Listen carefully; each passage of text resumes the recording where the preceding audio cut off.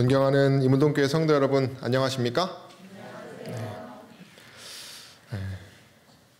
저는 오늘 가장 우월하신 예수 그리스도를 깊이 생각하라 라는 제목으로 함께 히브리서 1장 4절부터 2장 4절까지의 말씀을 함께 나눠보고자 합니다. 성도님들께서 아이 잘 있는지 여러 성도님들이 여쭤보세요. 아이들이 잘 있고 이제 집에 와서 저희 잘 지내고 있습니다. 특별히 저희 가정은 지금 이문동교회 오고 나서 감사의 기름이 아주 흘러 넘칩니다. 그래서 염려 안 하셔도 되고 잘 지내고 있으니까 기도 계속 부탁드립니다. 우리가 지난 시간에 여기 1번을 나눴습니다. 아버지와 동등하신 그리스도에 대하여 어떻게 보면 이 히브리서를 전체적으로 간단하게 요약하는 1절부터 3절까지 이야기를 나누고, 오늘은 이 2번, 3번 천사보다 우월하신 그리스도와 그리스도를 통한 구원을 받아들이는 일의 중요성의 내용을 가진 2장 4절까지 이야기를 우리가 좀 나눠보고자 합니다. 재미있는 것은 여기 보시면 1장 4절부터 14절은 천사와 그리스도의 이야기만 잔뜩 있습니다. 그래서 제가 말씀을 보면서 왜 이렇게 많은 장에 한두 장으로 얘기하면 되거든요. 그러지 않겠습니까? 천사보다 예수님이 낫다. 그 얘기하면 될 거를 여러 장에 걸쳐서 이렇게도 설명하고 저렇게도 설명하는 그 이유에 대해서 우리가 오늘 함께 나눠보고자 합니다. 이 재밌는 것은 이 4절부터 2장 4절은 하나의 묶음으로 되어 있습니다. 우리가 성경을 보시면 이렇게 동그라미가 있어요. 동그라미. 2장 5절에 보면 성경을 가지고 계신 분들 찾아보시면 이렇게 동그라미가 있습니다. 이것은 이 동그라미와 동그라미 사이는 하나의 묶음인 거예요. 잘 아시죠? 그죠? 그러면 이 4절부터 2장 4절까지가 하나의 묶음인데, 2장 마지막에 우리가 보통 책을 보면 그러므로, 그래서, 그게 핵심입니다. 그죠? 그게 마지막 결론 부분이에요. 이것도 마찬가지입니다. 2장 1절에 보면 그러므로 라고 하면서 그 이야기를 하면서 말하는 것이 뭐냐면은, 너희들이 이같이 큰 구원을 등한히 여기지 말라, 이런 얘기를 하는 것입니다. 핵심 단어가 큰 구원을 이루시는 예수 그리스도에 대한 이야기예요. 그러면서 너희들이 더욱 간절히 삼가고 너희들이 떠나지 않도록 그 큰 구원에서 너희들이 자꾸 등한히 여기게 되는데 그러지 마라. 큰 구원을 이루시는 예수 그리스도를, 우월하신 예수 그리스도를 바라보라라고 계속 이야기를 한다는 것이. 그러면은 그 아까 말했던 4절부터 14절까지의 이 천사 이야기는 무엇일까? 오늘 두 가지로 우리가 좀 나눠보고자 합니다. 신학적으로 이 4절부터의 그 천사 이야기를 좀 함께 좀 먼저 살펴보고자 합니다. 히브리인들은 등한히 여겼습니다. 그리스도보다 무언가를 더 등한히 여겼어요. 그것은 무엇일까요?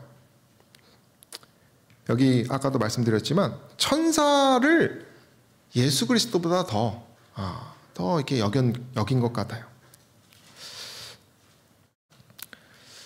이 히브리서 1장 4절부터 14절에 이 천사와 그리스도를 계속 논증하듯이 비교하면서 말하는 바울의 목적은 이런 것입니다. 우리가 성경을 이렇게 말하면서 어떤 사람이 이제 공자사상을 더 강조하기 위하여 공자사상 싹 얘기하다가 성경 이야기를 좀 꺼내요. 성경에도 이런 얘기가 있는데 그러면서 성경보다 우월한 공자사상을 말하려고 그렇게 설명하는 우리가 그런 어떤 변증법 같은 거를 우리가 생각하게 됩니다. 더 그럴싸해 보이는 것이죠. 그죠? 성경을 더 인용을 했으니까. 그러면 듣는 사람이 어떻게 생각하겠어요? 성경보다 공자사상이 더 낫구나. 이렇게 결론이 되지 않겠어요? 마찬가지로 바울은 그리스도를 당시의 철학적 이념의 어떤 그 천사 사상과 가르침보다 뭐가 낫다는 것을 가르치는 것이에요? 그리스도가 낫다라고 가르치는 것이에요. 바울은 어떤 사람입니까? 당대 최고의 지식인이었어요. 그죠? 여기 보면 나는 신뢰할 만한 인물입니다. 이렇게 말하잖아요. 그죠? 바울 어떤 사람이에요? 여기 말하면 뭐라고 말합니까? 8일 만에 할례를 받고 이스라엘의 족속 베냐민 지파요 히브리인 중에 히브리인이요 율법으로는 바리새인이요 율법의 의로는 뭐 없는 사람이요? 흠이 없는 사람이에요. 내가 이런 사람인데 너희들이 지금 가지고 있는 지금 많이 팽배해 있는 예수 그리스도보다 더 낫다라고 하는 그 천사 사상이 아니다. 난 다 배워봤고 다 공부를 해보니까 그리스도가 더 우월하다는 것을 그 시대적으로 그가 지금 말하고 있는 것이 유대교와 헬라 철학적인 어떤 그런 사상 가운데서 이 천사 사상이 많았거든요. 자, 오늘날로 우리가 흔히 생각해 보면 예수님의 어떤 그 가르침보다 더 나은 게 뭘까? 여러분 이게 뭔지 아십니까? 그림이 어떻습니까? 멋있습니까?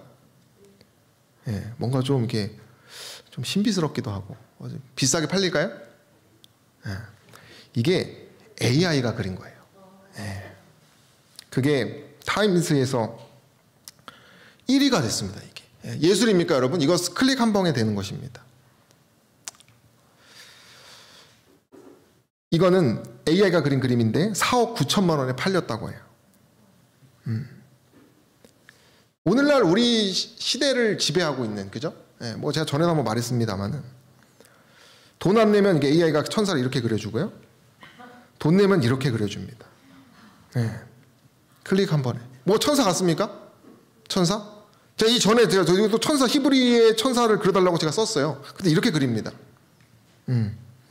이제는 정말 세상이 바뀌었어요. 그리스도보다 더 우월해 보이는 기술과 과학과 교육이 오늘날 많이 팽배합니다. 지금 GPT-4인데 이거는 쉽게 말하면은 책도 그냥 바로 써줍니다. 예. 최근에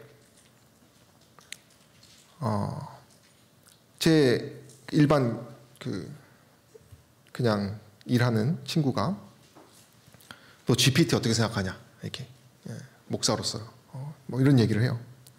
그래서 프롬프트 엔지니어 얘기하면서 요즘 그렇게 어떤 중심 핵심 사상을 뽑아내서 아주 매력적인 제목을 붙이는 어떤 그런 직업들이 있는데 GPT가 그런 거를 막 한다고 하면서 저한테 막 이런 얘기를 해요. 저런 얘기. 뭐 그만큼 아주 익숙하게 지금 흘러가고 있는 것입니다. 뭐 음악 전공 우리 지휘자님도 계시겠지만 GPT가 이제는 뭐 작곡도 하고 작사도 하고 다 한다고 해요. 예. 제가 설교 준비 일정을 써봐라고 이렇게 해봤어요. 요일별로. 예. 일요일부터 월요일까지 딱 말합니다. 그리고 옆에 있는 이 시간표는 뭐냐면 육아와 교회와 설교 준비를 어떻게 잘할 수 있는지 시간 단위로 시간표를 써봐라. 그랬더니 이렇게 쫙 해요. 6시에 일어나서 6시에 11시에 자는데 여기 중간에 개인 시간도 넣어주고 이게 뭐 불과 5초 만에. 근데 이렇게 못 살 것 같아요. 이렇게 살면 기계지 이렇게 살면. 어쨌든 지금 단순한 작업들 우리가 하는 어떤 골머리 쓰는 것들을 해결해 준다는 것이. 우리의 이러한 사상들이 매력적이기 때문에 우리가 뭐 할 수 있겠어요? 그리스도를 등한히 여길 수 있는 것입니다. 네. 감사할 것이 적어지는 거예요. 쉽게 말하면. 그러지 않겠습니까? 네. 4절부터 14절은 계속 천사와 그리스도를 얘기하는 것입니다.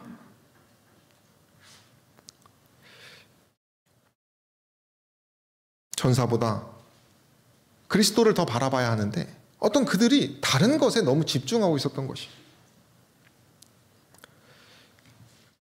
바울은 뭐라고 말합니까? 내가 내 주 그리스도 예수를 아는 지식이 뭐라 그래요? 최고라고 말합니다. 그가 다 배워보고 이런 것들을 다 해봤지만 생명의 지식은 오직 뭐밖에 없어요? 그리스도밖에 없는 것이. 우리가 그래서 AI를 이거 죄시하게라 그런 것이 아니에요. 그런 걸 우리가 잘 활용하고 또 그거를 통해서 그리스도를 더 잘 연구할 수도 있는 것입니다. 그러나 가장 중요한 것은 무엇이라는 거예요? 그리스도에 대한 신학이라는 것이.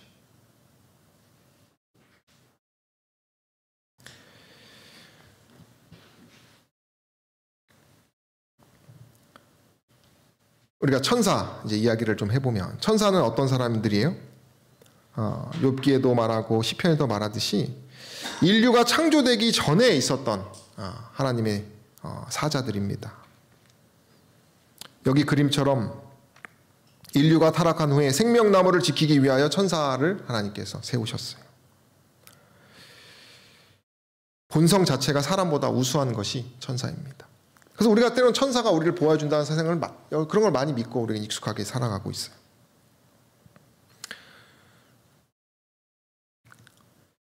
당시의 사람들에겐 아주 익숙했습니다. 이것이. 우리가 천사 하면은 천사의 말을 한다 이런 표현 하잖아요. 그죠? 천사 같다. 착한 일 하면. 그런 싫어하는 사람 아무도 없어요. 히브리서에도 부지 중에 천사를 대접한다라고 하는 이야기가 있습니다. 아브라함이 대접했던 사람이 천사들이었잖아요.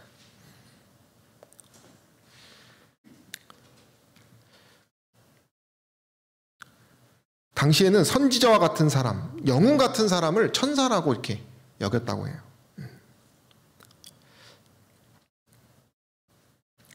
우리가 중세시대 그림도 이렇게 보면은 천사를 이렇게 사람처럼 그리죠. 그죠? 최후의 심판에도 이렇게 천사의 모습을 사람처럼 그래서 아주 익숙했어요. 그 지방에서는 이 천사에 대한 개념이. 그리고 아주 그들의 어떤 신앙적인 어떤 그런 성장을 천사가 가르쳐준다는 것이 많이 팽배했기 때문에 아주 합리적으로 그들이 그리스도보다 천사에 대해서 더 이렇게 솔깃하게 들을 수 있었다는 것이죠. 이것은 우리나라에서 천사를 바라보는 그림입니다. 철로 역정을 이렇게 도교적인 모습으로 사람의 모습을 천사로 나타냈어요. 한 학자는 이렇게 얘기합니다. 예수와 천사들의 비교가 독자들 사이에 있었던 천사 숭배 경향에 대항한 싸움이다. 그리고 이 싸움을 골로새 교회에도 그런 문제가 있었다는 것이에요. 이것이 너무 과해가지고. 우리가 잘 아시겠지만 이 바울이 히브리서 쓸 당시에는 이방 사람들이 많이 몰려오던 상황이었어요. 그래서 이 천사 숭배 사상이 익숙하게 들어온 것이죠.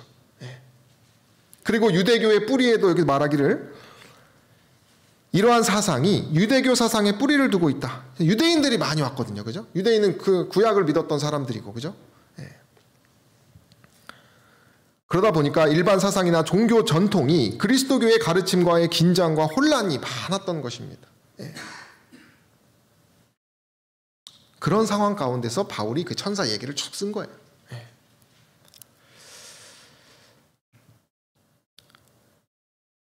구체적으로 얘기하면 수호천사 우리가 잘 아시죠? 수호천사.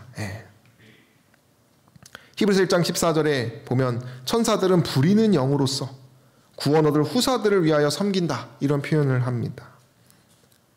그것이 우리 수호천사. 우리가 수호천사 나쁜 것이 아니잖아요. 그죠? 이 수호천사는 베드로의 어떤 철창문을 열어줬던 천사. 그래서 각자의 수호천사가 있어서 도와준다라는 개념. 그런 것들이 그들에게 널리 퍼져 있었고 보호자가 되어준다는 사상이 있었는데 이것이 점점 이제 뭐 보시면 이것도 아브라함 때부터 우리 법궤 위에 뭐가 있어요? 천사가 있어요. 그죠? 그러니까 유대교에는 이 천사에 대한 개념이 아주 뿌리 깊게 있었다는 것이에요. 근데 이것이 과해져서 세상을 창조한 영하고 동일시해버리는 거예요. 이것이 점점 심해져가지고. 그리스도보다는 새롭고 재미있는 천사에 대해서 더 많은 관심을 가지지 않았을까. 여기 보면은 7 천사 있잖아요. 요한계시록에 7 교회를 담당하는 천사. 한 천사가 특정 민족이나 공동체를 담당한다는 생각은 어떤 수호천사 개념에서 발전되어서 이 사람들에게는 이렇게 정말 천사를 어떤 믿는 과정이 자꾸 그리스도를 가릴 만한 그러한 환경 가운데 있었다는 것이.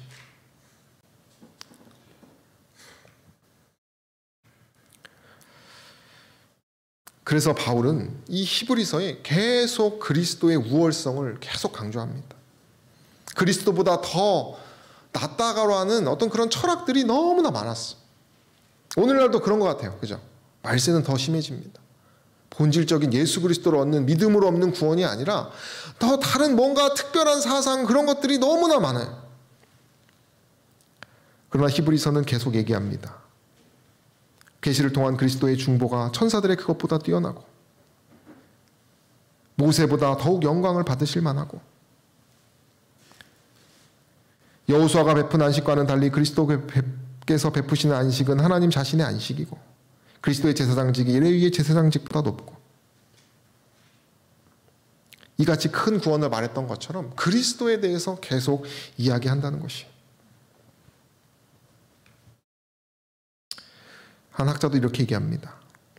그리스도가 우월하다는 사실을 강조하는 이러한 묘사의 목적은 유대주의의 영향으로부터 벗어나도록 하기 위해서. 그 천사의 사상이 중보자 되시는 예수 그리스도를 이렇게 바꾸기도 했던 것 같아요. 제 생각에. 오늘날도 마찬가지입니다. 예수 그리스도의 속죄 사업, 그 중보 사업을 가리는 그런 신학들이 팽배해집니다. 그죠? 교황주의자들, 사제들이 뭘 해요? 고해성사를 통하여 예수 그리스도께서 하시는 역할을 가로채고 있어요. 그때나 지금이나 우리를 향한 하나님의 그 놀라운 구원의 계획을 사단이 많이 방해하고 있다는 것이 그럴듯한 이야기로.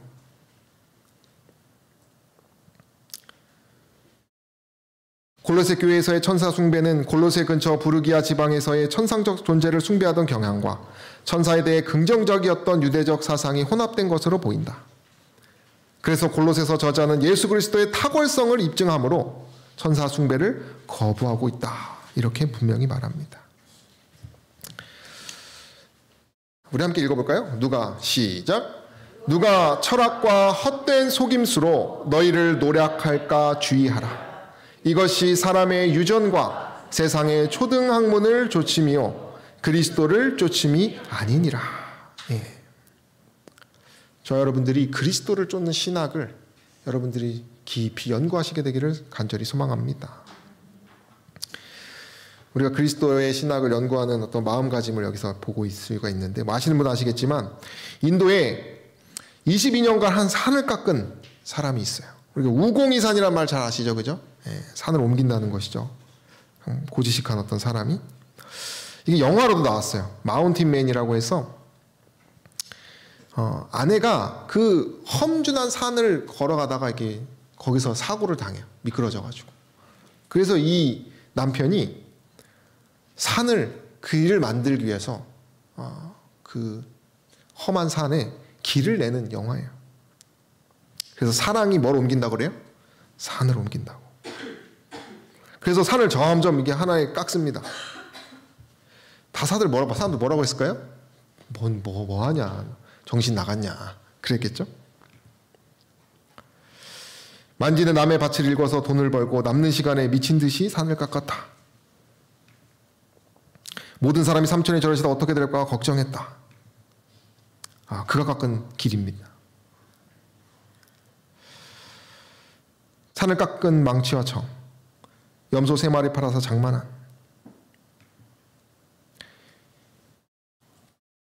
110m와 폭 8m의 산을 깎았어요. 그래서 이 길 덕분에 55km를 돌아가야 되는데 15km만 가게 됐습니다. 마을 사람들이 이 사람 덕분에 병원이나 학교, 직업훈련까지 쉽게 가게 되는 그런 일들이 있었다는 것이에요. 우리가 마지막 때에는 재미있는 사상, 어떤 신학적인 어떤 그런 것들이 참 많이 있을 것입니다. 예수님보다 더 나아 보이고 더 우월해 보이고 정말 그렇듯해 보이고 예언이 더 예수 그리스도와 더 나아 보이고 그죠? 그러나 우리가 집중해야 될 것은 무엇이에요? 오직 예수 그리스도라는 사실을 저 여러분이 기억하는 저 여러분 되시기를 간절히 소망합니다. 실천적으로 함께 살펴보겠습니다. 우리가 그 당시의 배경을 좀 다시 살펴보면 골로새 교회의 개념이 유대인과 이방인들이 섞여 있는 공동체가 있었어요. 다양한 종교적 사상, 충돌하는 분위기들이 있었습니다. 마지막 때도 역시 그럴 것이에요. 여러 교파들이 모여가지고 그 진리 가운데 분명히 있을 것이에요. 그리고 일부 교인들은 천사를 숭배하는 사상을 가졌고 유대주의와 깊은 연관을 가진 천사, 유대교에서 유대인들이 왔을 때는 이 유대주의하고 벗어날 수가 없었어요. 그리고 이 천사와 관련된, 천사 믿는 것이 예수 그리스도를 더 우월한 것도 있었지만 천사와 관련된 실천적 행위를 엄청 강조하게 됐어요, 이 사람들이. 그 얘기를 좀 해드릴 것입니다. 그리고 천사들이 중요한 역할을 하는 중개자라는 이단적인 신학이 발전되게 됩니다. 그래서 여기서 초기 영지주의 사상이 또 발전했다는 얘기도 있어요. 이단적 사상입니다. 그럼 실천적으로 이러한 상황에서 우리가 배워야 될 교훈은 뭐냐면 갈라디아에서 이렇게 얘기합니다. 유대인하고 이방인들하고 모였을 때 어찌하여 억지로 이방인을 유대인답게 살게 하려느냐. 예. 우리가 생각해 봐야 되는 것이 마지막 때는 나중된 사람이 먼저 된다고 했어요.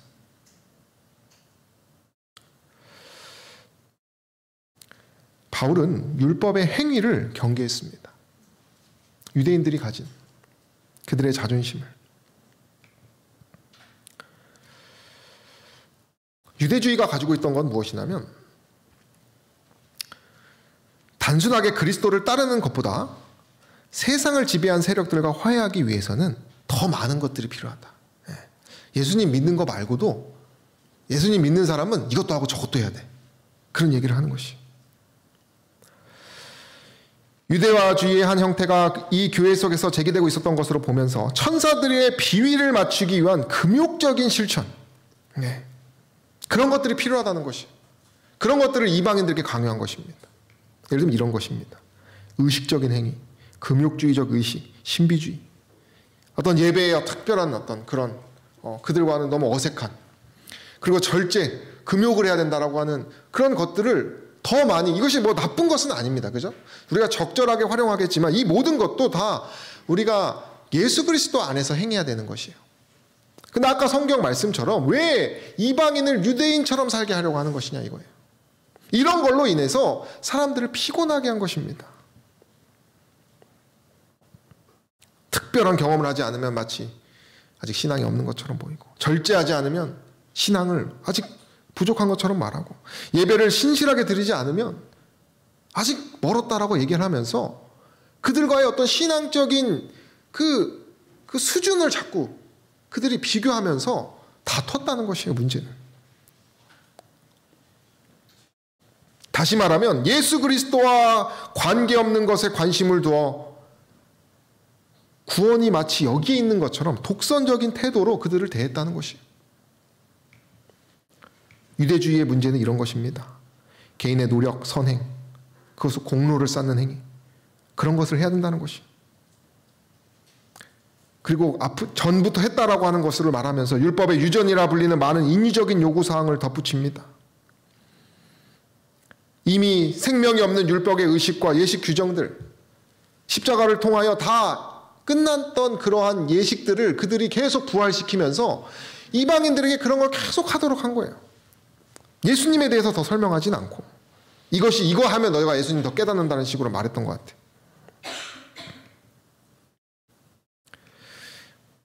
한 시어머니하고 며느리 옛날 우화가 있어요. 제가 옛날 되게 그걸 읽고 참 이렇게 인상 깊게 생각하고 있는데, 며느리가 들어왔습니다. 근데 이 시어머니가 이 며느리 기를 잡으려고 안 하던 제사 기도를 이렇게 해야 된다고 했던 거예요. 그래서 아침마다 이렇게 기도하도록 이렇게 참 이렇게 성가시고 여러 개를 시킨 것이죠. 근데 며느리가 하긴 하는데 너무 힘든 거예요. 그죠? 자기가 다 준비를 해야 하니까. 근데 이 며느리가 그러다가 곰곰에다 꾀를 하나 냈는데, 이 제사 그 조상들을 모시는 어떤 그런 그 제사에 대해서 깊이 공부를 하니까 부모들이 먼저 한다는 걸 알게 됐어요. 그래서 시어머니가 딱 말할 때 시어머니가 말했다. 어머니, 제가 제대로 된 걸 공부해 보니까 부모가 먼저 하면 그때 며느리야 아들들이 하는 것입니다. 이렇게 한 거예요. 그러니까 시어머니가 말한 게 있으니까 자기가 이제 한 거죠. 그죠? 근데 아침부터 일어나려고 하니까 어때요? 너무 힘들어.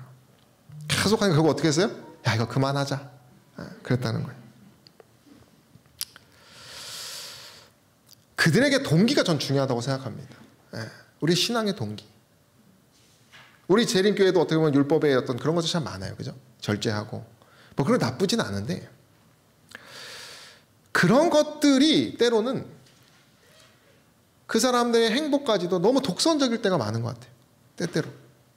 그리고 내가 그것을 마치 쉽게 말하면 안식일을 지키면 다 되는 것처럼 행동합니다.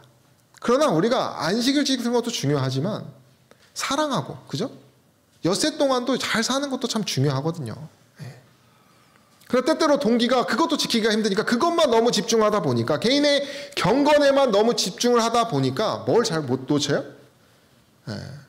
이방인들. 신앙의 수준이, 영적 수준이 낮은 사람. 한 여자 집사님께서 아주 신앙이 철저하신 분인데 그분이 어떤 간증을 하면서 자기가 너무 독선적이었다는 걸 고백하셨어요. 그걸 어디서 이분이 깨달으셨냐면 자기 딸 때문에. 딸을 아무리 내가 가르친 대로 하려고 해도 돼요? 안 돼요? 안 돼. 강하게 해봤는데 오히려 더 어떻게 됩니까? 더 튀어나가는 딸을 보면서 지금 자기는 그래서 이 딸하고 친구가 되려고 노력한다는 거예요. 전 그게 진정한 먼저 된 사람의 모습인 것 같아요. 유대주의와 그리스도교의 공통점은 참 많았습니다. 여러 좋은 것들이 많았어요. 그러나 이런 것들이 그들이 잘 들어왔기 때문에 유대주의 사람들은 어떻게 보면 더 본이 돼야 된 사람들이었습니다. 그래서 우러러보고 분명히 존중을 받았겠지만 그들이 가지고 있는 어떤 그러한 어떤 자존심과 어떤 그러한 그들의 숭고한 신앙적인 행동들은 모든 것이 다 사랑 안에서 이루어져야 된다는 것이에요. 그러나 그들은 그렇게 하지 못했다는 것이에요. 억지로 강요해서 독선적으로 하다 보니까 이방인들이 다 떨어져 나가는 것처럼 손님들이나 일반 구도자들이 너무 힘든 거예요. 바울은 그것을 이야기하고 있는 것입니다. 우리가 우상숭배 흔히 얘기를 하는데 우상숭배를 이런 것과 같은 것이라고 말합니다. 수많은 사람들은 하나님과 그분의 속성에 대하여 그릇된 관념을 가지고 있다.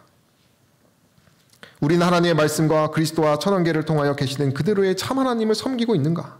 아니면 그분 대신에 안치된 어떤 철학적 우상을 섬기고 있는가?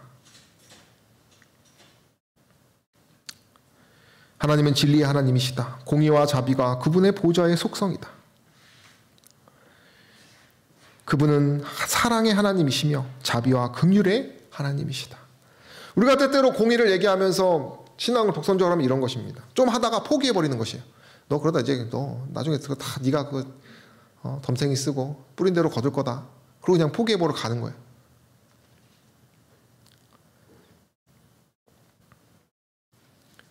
오래 참으심에 하나님을 놓칠 수 있다는 것이죠. 우리가 하는 모든 신앙적인 것은 우리가 그것이 내가 독선적인지 내가 그것이 정말 참 하나님과 연결되는 것인지를 알려면 이것입니다. 주변에 귀중한 향기가 나야 돼요.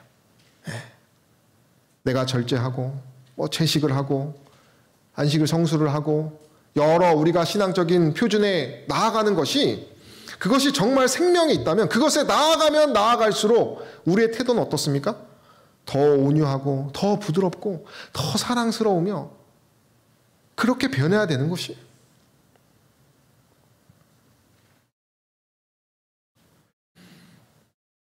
근데 남을 고치려고 안식일을 지키거나 남을 고치려고 나의 어떤 신학적 태도를 먼저 보이거나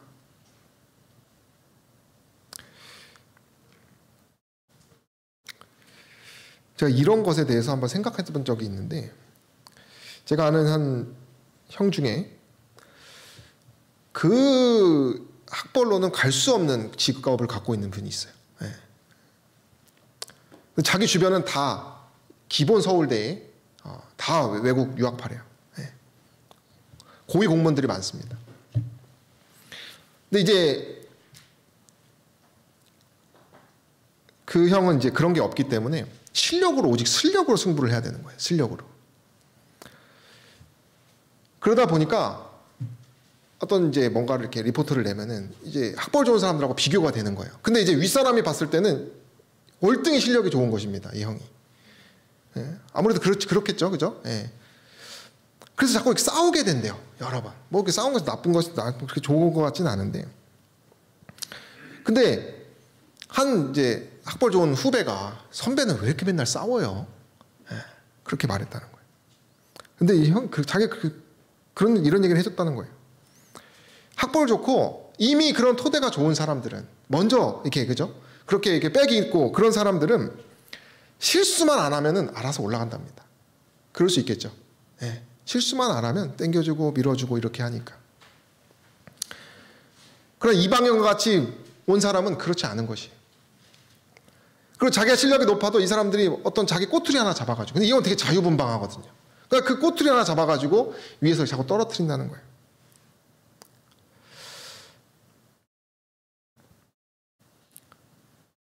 우리가 우리의 개인의 경건을 먼저 생각하고 우리가 사랑을 먼저 생각하지 않으면 자꾸 실수 안 하려고만 할 수 있을 것 같아요. 제 생각에. 그러니까 내 경건 때문에 이것도 하고 하나씩 하는 것이죠. 그리고 우리 재림교회는 때때로 우리는 조직적인 어떤 이기기 때문에 위에 높으신 목사님들 어떻게 보면 높으신 분 왔다 이런 말을 흔히 합니다. 그리고 그분들은 어쨌든 모범적인 삶을 사셔야 되기 때문에 많은 보는 사람들이 있어서 더 실수를 안 하고 그것을 더 교육을 잘 하려고 해요. 저도 그렇게 배웠고 저희 부모님도 막 그렇게 하려고 해요. 근데 때때로 그런 것들을 하다 보면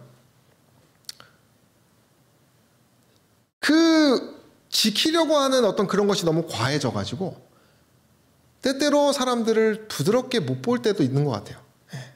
그러니까 강조돼야 될 것은 우리가 사실 그 조직의 목적은 무엇입니까? 전도하고, 그죠? 그런 것보다 더 사람들에게 사랑을 나누고, 그죠? 마치 이 형에게 실력이 필요한 것처럼 우리가 사랑의 실력으로 더 전해야 되는 것인데 때때로 우리가 집중하는 것이 개인의 경건과 어떤 그런 높은 표준을 향하여 가는 것이 더 많을 때가 많은 것 같아요.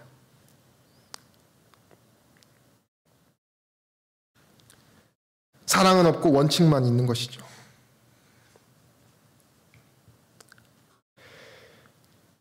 개신교인 비율이 15%까지 떨어졌다고 합니다.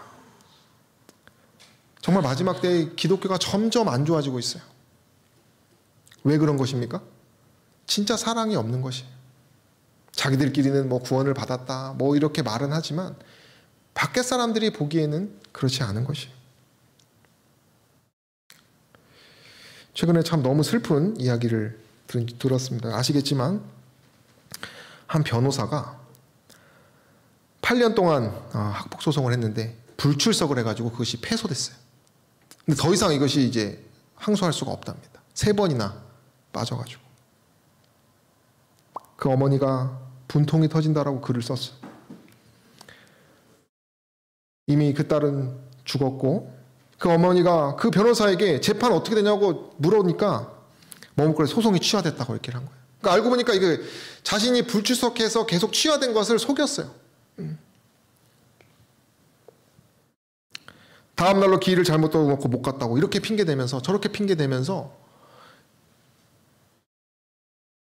8년 동안 있었던 소송에서 결국 아무것도 이기지 못하고 그냥 패소 판결을 해버렸습니다. 아침부터 나와서 밤늦게까지 청소 일해서 그 재판을 그 소망만 가지고 이 엄마가 살았는데 근데 웃긴 것은 이 변호사가 이 책 쓸 때는 아주 더 열심히 애를 썼어요. 정치적으로나 어떤 자신의 어떤 눈에 보이는 것에는 신경을 많이 썼습니다. 그러나 변호사가 가져야 할 가장 핵심 긍휼히 여기는 어떤 그러한 태도가 없었다는 것이. 변호사에게 기본적인 인권 옹호의 의무, 아주 기본을 그가 놓쳤다라고 하면서 그 어머니가 누구 하나 도움을 준 사람이 없이 사과하는 사람 없이 너무나 원통한 이야기를 이렇게 하면서 우리가 참 이 죄에 대해서 참 슬픈 생각을 하게 됩니다.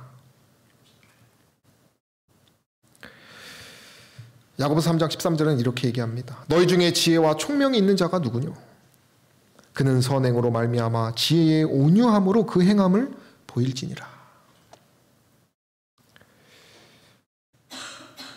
아무 일에든지 다툼이나 허영으로 하지 말고 오직 겸손한 마음으로 각각 자기보다 남을 낮게 여기고 각각 자기 일을 돌아볼 뿐더러 또한 각각 다른 사람들의 일을 돌아보아 나의 기쁨을 충만케 하라. 모든 일을 원망과 시비가 없이 하라. 이는 너희가 흠이 없고 순전하여 어그러지고 거스리는 세대 가운데서 하나님의 흠없는 자녀로 세상에서 그들 가운데 빛들로 나타내며, 저희들은 하나님의 높은 표준 안에서 신앙을 하는 남은 자손들입니다. 남들보다 더 본이 돼야 되고 그것을 많이 배우고 우린 그것을 따라가고 어떻게 보면 고지식할 정도로 그렇게 우리가 신앙을, 순수한 고상한 신앙을 하는 공동체예요. 좀 특별하기도 합니다. 그러나 우리가 하는 그 모든 목적은 세상에서 뭐가 되기 위한 것이에요? 빛이 되기 위한 것이라는 것을 기억하시게 되기를 간절히 소망합니다. 교회 정언은 이렇게 얘기합니다. 그리스도의 종들은, 우리 함께 읽어볼까요? 시작. 그리스도의 종들은 거룩한 사업을 온 심령을 다해서 해야 한다는 것을 언제나 느껴야 한다. 그들의 노력은 그리스도의 몸을 세우는 것이어야 하지 백성들 앞에서 자기 자신을 높이는 일이 되어서는 안 된다. 우리의 모든 노력과 고상한 신앙은 그리스도의 몸 된 영혼들을 세우는 일이라는 것을 기억하시게 되기를 소망합니다. 지난주에 한 청년이 저희 집에 왔어요. 자기가 교회를 고르고 있는데 교회가 너무 타락했다는 거예요. 안식일을 제대로 지키지도 않고 여러 이렇게 지도자 얘기도 합니다. 이 친구가 마음에 너무 위로 이렇게 무너졌던 친구라 예수님 만나러 간 건데,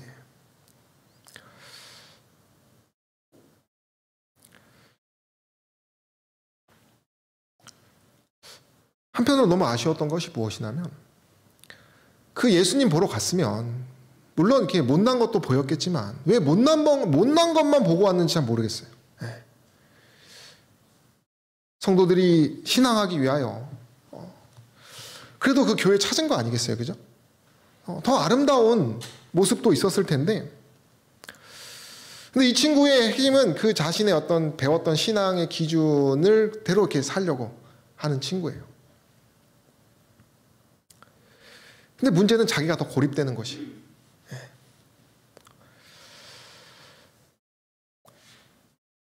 정답이 없는 것 같긴 한데, 우리가 그런 어떤 수많은 신학적 표준 싸움에서 싸우고 우리가 또 세대 간의 갈등도 이런 것에서부터 비롯됩니다. 그죠? 젊은 세대들은 좀 자유롭고 좀, 그죠? 그렇게 하려고 하고 어른 세대 분들은, 그죠? 그럼에도 불구하고 우리가 그런 것들이 끊임없이 있는데, 제가 강조하고 싶은 것은 뭐가 더 잘 됐다가 아니라, 옳고 그른 것이 아니라, 우리에게는 사랑이 없으면 그 모든 과정이 대화와 배려와 관용 가운데서 이루어져야 한다는 것이에요. 한 은퇴하신 연로한 지도자 하셨던 목사님이 저랑 같이 일을 하면서 그 옛날 얘기를 하면서 저한테 한 후회하는 얘기를 하셨던 것이 있어요. 자기가 그런 지도자 있었을 때 너무 고지식하게 옳고 그름만 따졌다. 그런 어떤 고백적인 얘기를 하셨어요. 좀 내가 사람도 좀 이렇게 챙기고 그랬으면. 그분 아주 FM으로 일하시는 분이었거든요. 제가 듣기로는. 너무 할 일만큼. 우리가 천년만년 어떤 그런 것을 살아가는 것이 아니고, 우리가 정말 가장 가치 있는 것은 너희가 서로 사랑하면 너희가 나의 제자인 줄 알 것이다, 이렇게 말했던 것처럼 서로를 긍휼히 여기는 마음이라고 생각합니다. 바울이 끊임없이 천사사상과 어떤 그런 실천적인 강조를 한 것은 그 유대인들과 이방인들 사이에 끊임없는 다툼, 거기서 사랑, 너희들이 싸우지만 마라, 아마 그 얘기를 하고 싶었던 것 같아요. 그러므로 너희가 큰 구원, 여러분 큰 구원, 사랑이 없으면 아무리 믿음이 있고 아무리 신학이 있고 아무리 내 신앙의 표준이 높아도 뭐 할 수 없는 것입니까? 우리는 온전할 수가 없는 것이. 저와 여러분들이 이 말씀처럼 등한히 여기게 되지 않게 되시기를 바랍니다. 우리가 사랑하는 것들, 우리가 재림교회도 사랑하고 우리의 하나님을 많이 사랑하고 있지만 우리의 성결만큼이나 중요한 것이 화평입니다. 그래서 저와 여러분들이 이 마지막 때에 진정한 그리스도의 정신으로 연합하고 또 배려하고 온유한 마음으로 그리스도를 쫓아서 이 교회가, 우리 임운동 교회가, 우리 재림교회가 세상의 빛이 되어서 많은 이들에게 사랑받는 예수 그리스도의 복음을 전하는 교회 되기를 간절히 바라며 말씀을 마치겠습니다.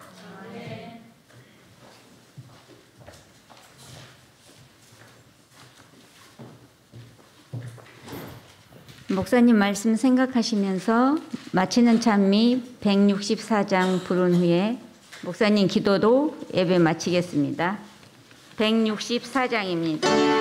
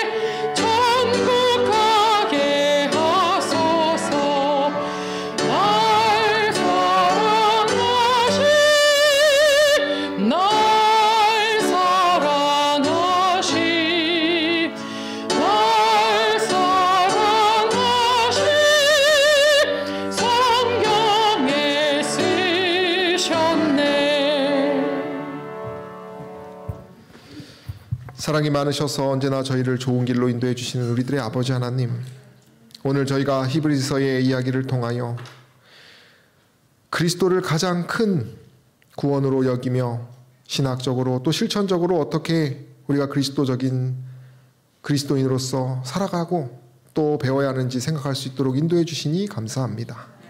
하나님, 저희가 오직 하나님의 지혜 안에서 온유와 겸손과 사랑으로 살아가기를 원합니다.